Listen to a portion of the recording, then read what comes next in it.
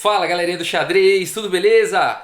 Pessoal, para quem está acompanhando a playlist dos campeões do mundo, de Labor Duné a Magnus Carlsen, nós estamos no reinado aqui de Tigran Vartonovich Petrosyan, o gigante armênio. Estamos aqui na playlist no ano de 1969, tá? O então campeão mundial Tigran Petrosyan vai ser desafiado mais uma vez pelo Boris Spassky, o gigante da União Soviética. Eles duelaram, o Petrosyan e o Spassky duelaram, valendo o título mundial em 1966. Foi uma disputa bem acirrada, o Petrosyan ganhou por 12,5 a 11,5 o match, mantendo então o seu título de campeão mundial.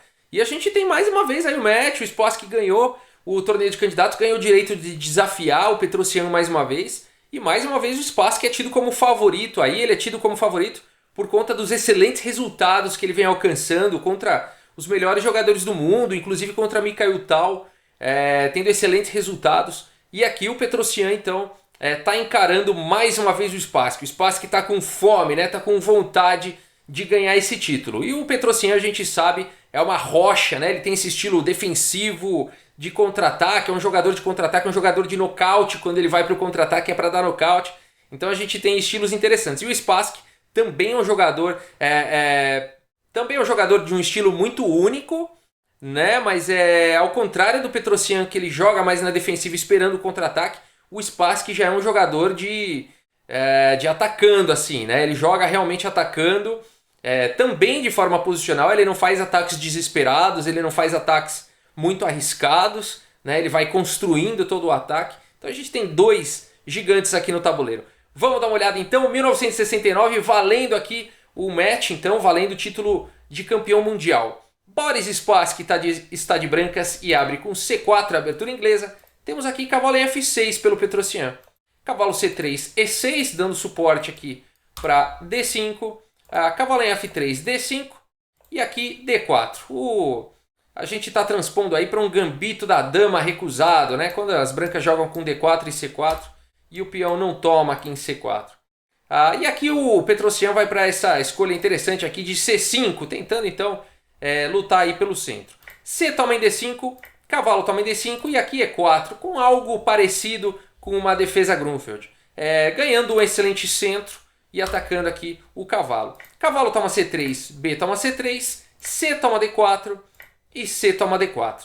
No final das contas, a gente tem uma configuração interessante aqui no tabuleiro em termos de estrutura de peões, onde as brancas têm uma maioria central, dois peões centrais contra um peão central, com possibilidades de no futuro criar um peão passado na coluna D, apesar de que ele poderá ser um peão isolado também, um peão passado. Então isso torna já a partida interessante, essas possibilidades. E o Petrosyan tem uma maioria aqui de 2 contra 1 na ala da dama, que também pode tornar aí o jogo bastante interessante, Se as pretas conseguirem também criar aí um peão passado, pode ser bastante perigoso, Então a gente tem uma partida interessante aqui no tabuleiro.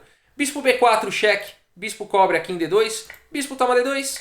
Dama toma D2. E agora o Petrosyan conseguiu dar roque. E agora o Spassky desenvolve aqui a sua última peça menor, bispo C4, possibilitando então o roque no próximo lance. E agora o Petrosyan tem que desenvolver, Cavalo tem que desenvolver bispo. Ele desenvolve primeiro o cavalo aqui em C6. O peão de D4 está atacado 2 vezes, mas está defendido 2 vezes. Portanto, o Spassky não precisa perder nenhum tempo e ele parte para o roque. E agora o bispo de casas claras tem que jogar. O Petrosyan abre aqui com B6 para poder jogar o bispo aqui em B7, passar a torre para C8. A torre aqui de A em D1 foi jogado e olha como o Spassky vai dando suporte para esse peão de D, preparando uma possível expansão aqui com D5. Bispo B7 foi jogado, torre de F em E1, mais uma vez aqui solidificando a posição, colocando a torre numa coluna melhor, dando um suporte aqui para esse peão de E4 que estava recebendo um raio-x do bispo de B7. Então desenvolvendo, aí completando o seu desenvolvimento, a última peça que não havia sido desenvolvida depois do roque. Torre de F em E1 então foi jogado. E agora o Petrosyan também vai desenvolvendo as suas peças com torre C8, colocando aí a torre numa coluna aberta. E o Spassky então começa a sua expansão aqui com D5, atacando então o cavalo e o peão. Depois de E toma D5, aqui as brancas têm que tomar uma decisão. Elas podem capturar de peão e podem capturar aqui de bispo. É claro que também podem capturar de dama, né? Então são 3 possibilidades e o Spassky tem que escolher entre uma delas. E cada escolha leva a configurações diferentes de partida, né? Muita gente seria tentada aqui a capturar com o peão, né? Para criar um peão passado. Aqui esse seria um peão passado e isolado, né? Afinal das contas não existem peões brancos aqui nas colunas adjacentes. E por não terem, então por isso ele seria um peão isolado. E por não terem também peões adjacentes e nem na frente desse peão, ele seria um peão passado. E aí a gente teria uma configuração interessante, né? Uma possível continuação aqui seria cavalo em A5, atacando o bispo, né? Duplamente. Bispo volta aqui para F1, uma possível continuação. Dama D6 parando o peão. Cavalo G5, além de atacar aqui em H7, também pode manobrar para E4, tirando a casa de D6 da dama. Torre de C em D8, dama D3, atacando aqui em H7. Dama H6, defendendo aí o checkmate, atacando o cavalo. Uma possível continuação, né? Dama F5, bispo C8, dama F4. E a gente teria aí uma partida interessante no tabuleiro. Daria para ver que é uma partida equilibrada, mas teria esse tema, né? Será que esse peão, né? O polêmico tema, será que esse peão é isolado? Ele é uma fraqueza ou ele é algo forte aí na posição por ser um peão passado? Né? Será que as brancas conseguem fazer desse peão uma vantagem? Será que as pretas têm tempo de construir alguma ameaças com essa maioria aqui de 2 contra 1 na ala da dama? Seria uma partida interessante. Mas não foi assim que continuou. Continuou com o bispo toma em D5, uma decisão interessante aqui do Spassky. E depois de cavalo em A5, abrindo a possibilidade de trocas de bispos. Dama em F4, melhorando aí a posição da dama e colocando aqui a torre na mesma coluna da dama, já com possíveis ameaças táticas de bispo toma em F7, enfim. Talvez não imediatamente, mas é sempre incômodo, né? Você colocar aí, ter a sua dama na mesma coluna da torre. Dama C7, então tirando e propondo troca de damas. Dama em F5, o Spassky não está interessado em trocar as damas, ele prefere manter a dama no tabuleiro, afinal de contas, ele que está com um pouco mais de espaço, né? As brancas parecem ter um pouco mais de espaço, né? Esse cavalo aqui está bem recuado, esse cavalo está bem posicionado, as duas torres já desenvolvidas contra uma torre desenvolvida, né? Um bispo muito bem colocado. Então aqui o Spassky, por ter mais espaço, ele parte aí para esse princípio. Quando você tem mais espaço, você não deve trocar as peças, né? E já quem está de negras, aqui no caso, o Petrosyan está um pouco mais restrito, ele deve buscar a troca de peças. Por isso que ele joga bispo toma aqui em D5 e ele vai para essa estratégia arriscada que o Petrosyan, permitindo às brancas a criação então de um peão passado aí. E toma em D5. E agora dama C2, atacando a dama e atacando o peão de A2 e propondo as trocas, né? Só que aqui o Spassky vai para essa ideia bastante interessante aqui com dama em F4, entregando o peão de A2 em troca de um desenvolvimento aí desse peão, né? Do avanço, em troca do avanço aí desse peão passado. Vamos ver como é que isso acontece.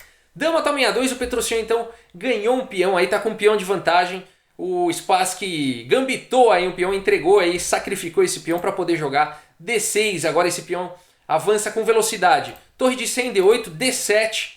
E aqui a gente vê, né? Será que o Petrosyan confiou demais nas suas capacidades defensivas, né? Capturando o peão de A2, né? Imaginando que ele poderia segurar a posição depois? Ou será que o Spassky, na sua tentativa de gambitar um peão, de sacrificar um peão, vai ter compensação, né? Por conta desse peão aqui na sétima? Vamos ver como é que segue a partida. Dama C4, mais uma vez propondo aí a troca de damas.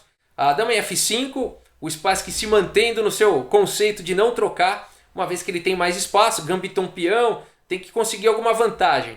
H6, dando um respiro aí para o rei, também pedindo lances como cavalo aqui em G5. E a partida segue aqui com torre C1 atacando a dama. Dama aqui em A6, foi jogada aqui pelo Petrosyan. Talvez dama em A4, também saindo do ataque da torre, mas colocando alguma certa pressão aqui em D7. Talvez fosse um pouco mais preciso, apesar de que as brancas também ficariam muito bem aqui com torre C7, defendendo o peão e atacando em A7. Mas o Petrosyan teve ideias diferentes, ele jogou aqui com dama em A6, e aí torre C7 veio. B5, abrindo espaço então aqui para a dama, e também já avançando com o seu peão, né? Quem sabe o Petrosyan consegue criar oportunidades com o seu peão passado, mas agora cavalo D4 foi jogado. E aqui permitindo o lance aqui, dama B6, que foi jogado aqui pelo Petrosian, e parece que foi um duplo aqui, né? Atacou a torre, atacou o cavalo ao mesmo tempo. Vamos ver o que é jogado aqui pelo Spassky, né? Como é que ele vai fazer para defender aqui, né, essas duas peças? O Spassky não é um jogador defensivo, ele não está muito preocupado em se defender não. Ele vai para o lance torre C8, um lance muito mais ativo, deixando o cavalo aqui em D4.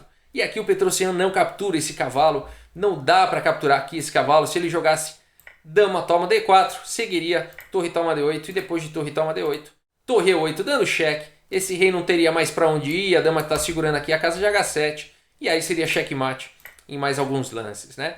Portanto, o Spassky, a gente vê que ele tem esse estilo bastante agressivo. Depois de dama B6 aqui, parece que o Petrosian conseguiu um duplo, mas na verdade torre C8, e agora a gente está vendo qual a força desse peão aqui na sétima, né? O Petrosian está com problemas na posição. Cavalo B7, adicionando mais uma defesa aqui na torre de D8, e a partida segue com cavalo C6, atacando então a torre, e aqui o Petrosian ainda tenta mais alguma coisa com cavalo D6, dando portanto um duplo aqui.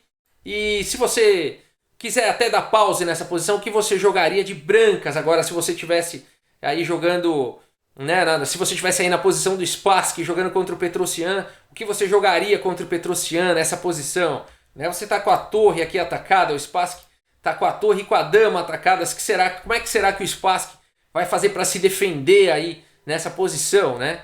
E a gente sabe que o Spassky não é um jogador de defesa.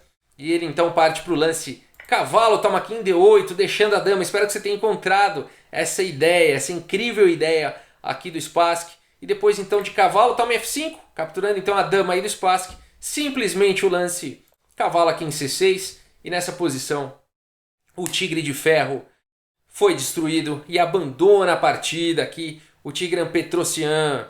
O que está acontecendo, né? O Spassky agora com o cavalo C6 renovou aqui a ameaça da promoção do peão. A torre não pode capturar a torre, senão o peão captura promovendo para a dama. E aqui é muito difícil, né? Não existe nenhum lance. Na verdade as brancas estão completamente ganhas. Vamos olhar qualquer lance aqui. Vamos olhar cavalo D6, por exemplo. Poderia continuar dessa forma, mas aí simplesmente torre toma aqui em F8 seria mortal, né? Torre toma em F8 e depois de rei toma em F8, simplesmente promovendo para a dama, dando cheque, forçando aí a troca. E depois de dama toma, cavalo toma. Uma torre limpa a mais na posição, né? Uma torre por 2 peões. Não vai ser problema aqui. Não seria problema para o Spassky levar uma posição dessa para uma vitória, inclusive contra o Petrosian. Por isso que depois de cavalo C6, o Petrosian abandonou a partida. Olha aqui, vamos voltar aqui essa sequência só para ver que bonito, né? Depois de cavalo C6 aqui, cavalo D6 pelo Petrosian, atacando a dama. E o Spassky não se preocupa e tranquilamente faz essa sequência nessa posição. O Petrosian abandona a partida. Eu sei, a gente acabou criando um carinho aí, né, pelo Petrosian, o Tigre de Ferro. O estilo dele é muito interessante realmente, mas o Spassky, ele é um jogador também completamente diferenciado, né? Ele vai ser aí o protagonista de um dos maiores duelos da história do xadrez também contra o Bob Fischer. E a gente vai chegar lá, inclusive na nossa playlist, mas é só para dizer que aqui a gente tem 2 gigantes, tá? Realmente forças muito equilibradas aqui, apesar dos estilos completamente diferentes, né? Mas o Spassky também aí mostrando, né? Aqui veio mostrando o seu jogo, mostrando por que ele é tido como favorito, mostrando aí por que ele é um dos melhores aí da União Soviética, né? Beleza, gente? O match ainda não acabou. A gente segue a nossa playlist com mais partidas desse incrível match de 1969, Spassky contra Petrosian. Pessoal, muito obrigado pela audiência, um grande abraço para todos vocês e até a próxima, pessoal. Valeu!